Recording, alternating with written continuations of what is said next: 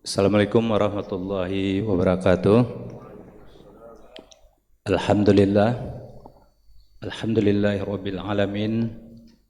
Wassalatu wassalamu ala asrafil sayyidina anbiya'i wa mursalin wa ala alihi wa sahbihi ajma'in. Wa qala Allah ta'ala fil Qur'anil Karim, a'udzu billahi minasy syaithanir rajim. Bismillahirrahmanirrahim. Rabbi shrah li sadri wa yassir li amri wa hlul 'uqdatam min lisani. Bismillahirrahmanirrahim.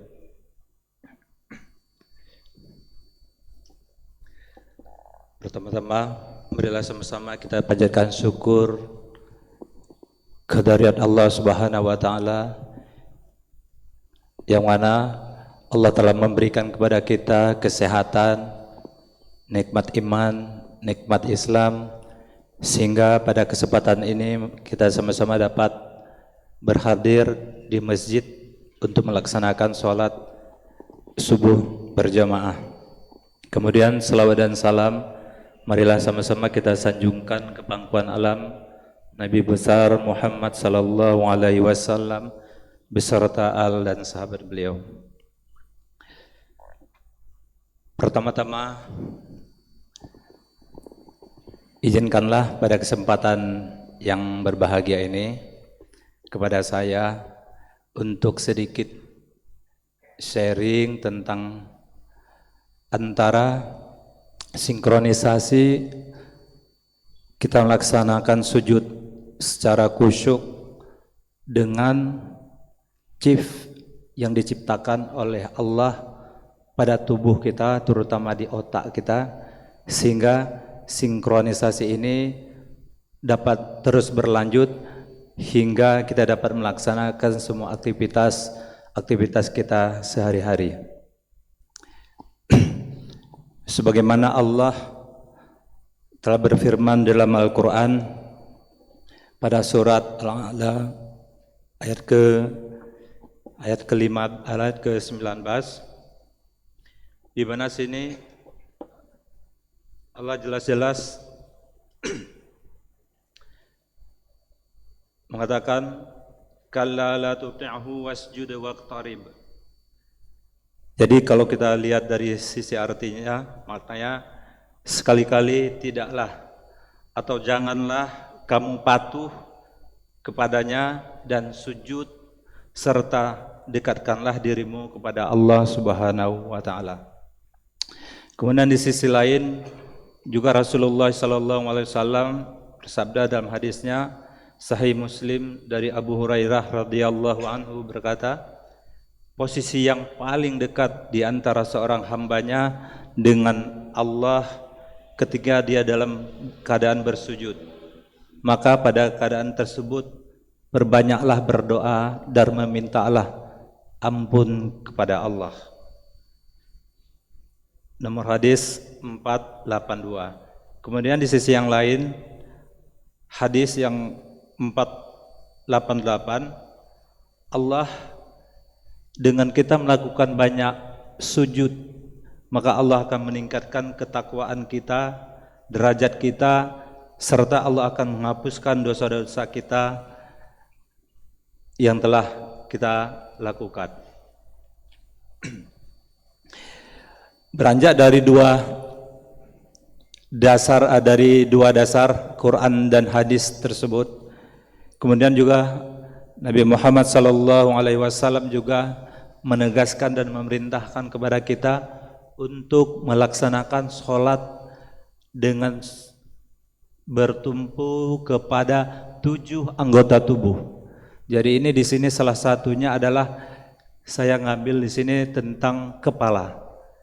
Kenapa di situ? Karena memang di sini adalah pusat atau chief yang diciptakan oleh Allah.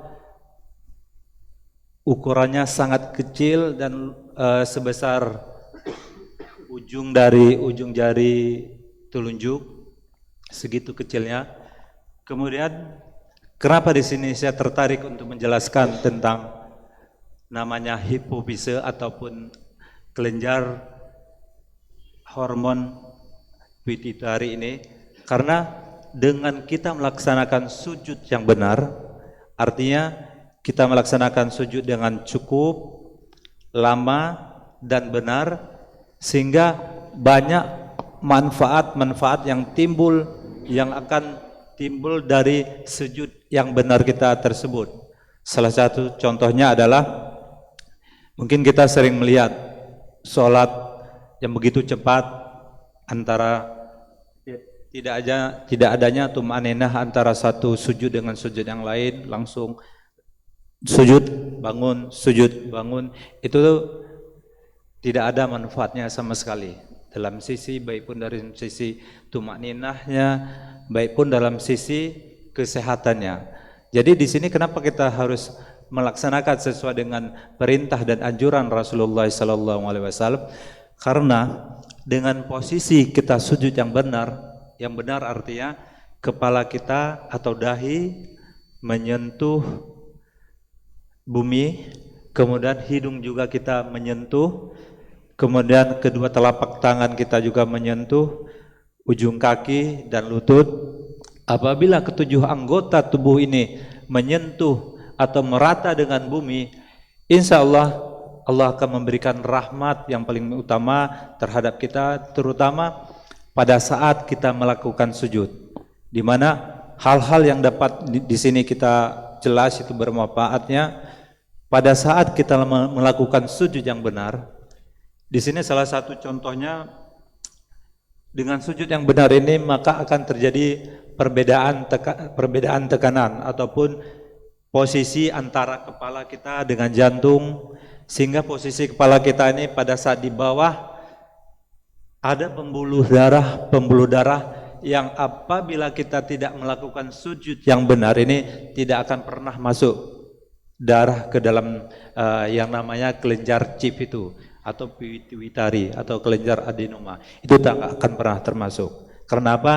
Karena pembuluhnya sangat-sangat kecil dan mikro. Pada saat saya operasi ini, saya akan melihat pembuluh-pembuluh darah itu sangat kecil, luar biasa kecilnya. Dengan pembesaran mikroskop puluhan kali baru kelihatan itu pembuluh seperti benang-benang. Jadi pada kondisi di mana kita kasih tekanan yang terus kita terus bersujud pada Allah, terus melakukan sujud. Jadi pembuluh darah yang kecil ini akan lebih melebar dan akan lebih bermanfaat, serta fungsinya akan lebih maksimal. Oksigennya ke situ sampai, nutrisi makanan sampai, enzim sampai saraf-saraf yang untuk regenerasi tubuh kita ini juga sampai ke situ, sehingga prosesnya ini akan berlanjut dan terus berlanjut. Kemudian apalagi manfaat yang paling utama, yang paling terlihat. Jadi pada orang-orang yang memang kadang susah kalau diajak sholat untuk lama bersujud, beritahu mereka bahwasanya dengan kita melakukan sujud yang benar, itu biasanya insya Allah sakit kepala atau migrain ini akan hilang. Tetapi yang benar sujudnya, jangan sujud seperti sujud subhanallah rabbiyal azimi, subhanallah rabbiyal ala wa bihamdihi, ataupun langsung seperti 3 kali istilahnya. Sujud langsung bangun, itu tidak ada manfaatnya. Jadi apabila kita lakukan yang benar, nanti akan memberikan manfaat. Kemudian apalagi dengan melakukan sujud ini? Dengan melakukan sujud yang benar ini, maka aliran darah vena tubuh kita, aliran sistem saluran limpa kita juga akan lancar, sehingga proses-proses pembuangan dari zat-zat yang berbahaya dari tubuh kita ini akan lebih cepat terbuang. Kemudian pada ibu-ibu, kenapa di sini dianjurkan juga pada ibu hamil, apabila dia memang benar melakukan sujud yang benar dan cukup, dia produksi ASI-nya akan lebih baik. Tetapi tidak dalam arti sekali kita sujud berharap langsung baik, itu tidak mungkin. Semua itu membutuhkan proses, sehingga dengan bertambahnya suplai darah ke daerah-daerah tertentu yang memproduksi hormon prolaktin atau susu ke si ibu, maka dengan sendirinya bagi orang hamil ini akan merangsang sehingga produksi ASI-nya akan lebih banyak. Demikian juga dapat memperlancar pencernaan dan memperlancar pernapasan. Jadi di sini kenapa saya sangat tertarik kepada sujud ini? Dibanding di sisi keilmuan dan sisi akidah terhadap Allah, sujud ini merupakan suatu simbol kerendahan diri di hadapan Allah dan sebagai pengharapan serta mengharap permohonan doa kepada Allah, serta dengan melakukan sujud yang benar ini kita dapat berharap agar Allah dapat mengampunkan dosa-dosa kita.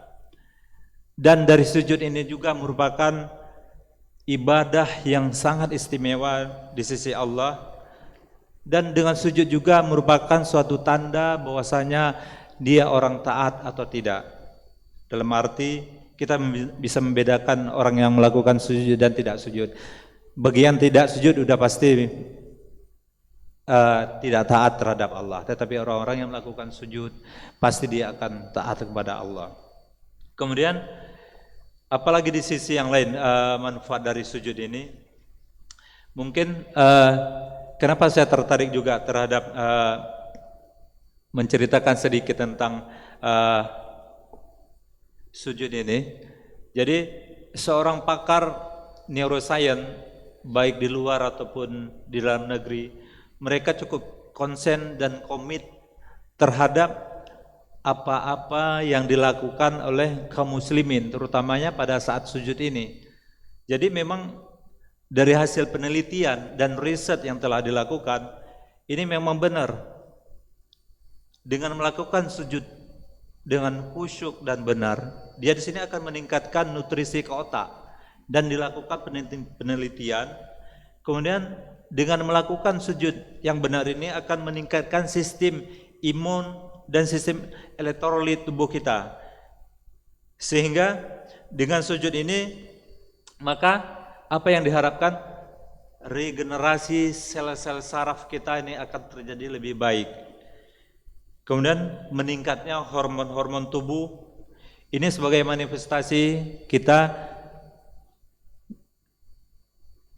ketakwaan kita kepada Allah Subhanahu wa taala.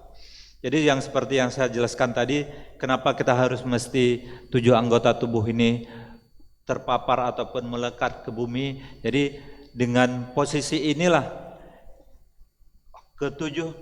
dengan ketujuh anggota tubuh inilah maka hormon-hormon yang dihasilkan oleh tubuh kita ini akan semaksimal mungkin memproduksi sehingga aktivitas kita ini dapat berjalan dengan baik. Kita ketahui bahwasanya sel otak kita ini yang segini kecilnya ataupun sebesar ini, yaitu hampir sebanyak 100 miliar sel. Jadi segitu banyaknya 100 miliar sel. Setiap satu sel itu dihubungkan oleh 10.000 triliun sel-sel saraf. Jadi kalau kita membayangkan itu tidak bisa kita bayangkan, itu memang luar biasa kekuasaan Allah terhadap sel-sel tubuh manusia. Namun sel-sel yang diciptakan oleh Allah begitu banyak ini, kita harus menjaganya. Karena apa? Karena sel-sel otak ini yang diciptakan oleh Allah ini tidak bersifat regenerasi. Tidak bisa misalnya rusak, ada lagi, rusak tidak ada. Jadi apabila sel otak kita sudah mati, maka dia akan berkurang dan berkurang terus. Jadi salah satu contoh ataupun salah satu usaha untuk meningkatkan fungsi secara maksimal sel-sel otak, inilah kita melakukan sujud dengan khusyuk dan benar, sehingga diharapkan dengan kita melakukan sujud khusyuk dan benar ini akan menghilangkan rasa cemas dalam jiwa kita, akan menghilangkan faktor stres, kemudian akan menghilangkan rasa takut kita juga. Dan di sini dengan kita melakukan sujud ini, kita mampu memperbaiki atau keseimbangan sel-sel saraf yang dalam keadaan bimbang. Jadi pada kondisi-kondisi tertentu, misalnya pada keadaan cedera otak ataupun stroke, di mana sel-sel ada yang sel-sel yang mau rusak dan yang antara rusak dan tidak rusak. Jadi dengan adanya oksigen, adanya suplai nutrisi, adanya keseimbangan ini yang benar, yang baik, maka akan memperlambat suatu proses kerusakan dari sel-sel saraf. Mungkin tentang sujud ini cuman segini yang bisa saya dapat sampaikan. Seandainya memang ada sedikit pertanyaan dari kaum muslimin ataupun jamaah, mungkin bisa saya persilakan kita tanya jawab. Karena kayaknya karena mungkin sel-sel saraf ini suatu hal yang sangat komplit dan jangankan bagi awam, bagi saya sendiri juga ini suatu misteri. Kenapa bisa saya katakan suatu misteri? Karena tidak ada satupun tempat yang dapat kita pastikan di mana itu kehidupan. Jadi betul-betul misteri. Nah, jadi mungkin ada di antara kaum muslimin yang muslimat yang mau bertanya, saya persilakan sebelum saya tutup. Oke, silakan. Waalaikumsalam.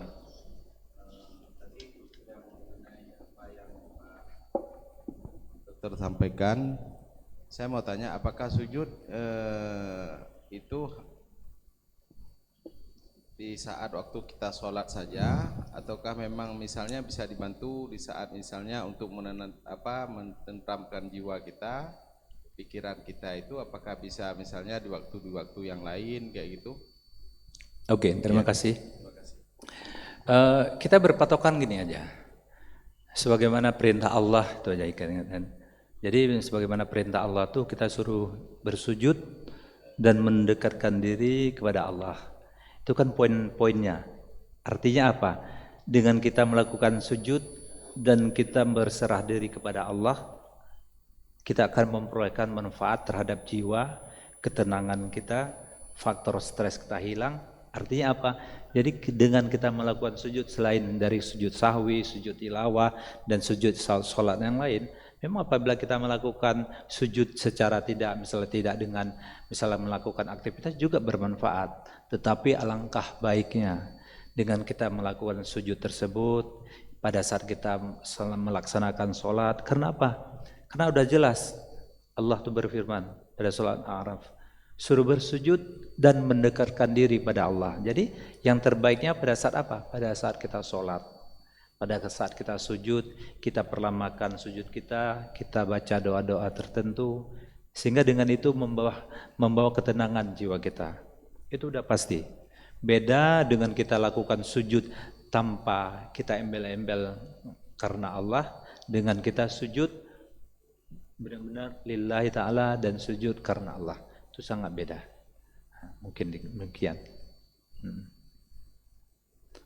Ada lagi mungkin yang mau bertanya? Karena kenapa saya buka pertanyaan-pertanyaan gini? Karena memang otak itu merupakan misteri yang sampai saat ini itu mereka satupun manusia itu tidak mengetahui di mana posisi jiwa, di mana posisi nyawa, itu tidak ada. Jadi kenapa saya bilang seperti itu? Karena pada kondisi saya operasi hilang setengah bagian otak, pasiennya tetap oke-oke aja, pasiennya hidup bagus. Tetapi pada kondisi-kondisi tertentu hanya cuma cedera otak biasa, pasiennya meninggal. Jadi kita di mana nih posisi yang sebenarnya jiwa? Jadi itulah misteri dari itu. Namun Allah juga memberikan kaidah-kaidah tertentu, pengetahuan tertentu kepada kita.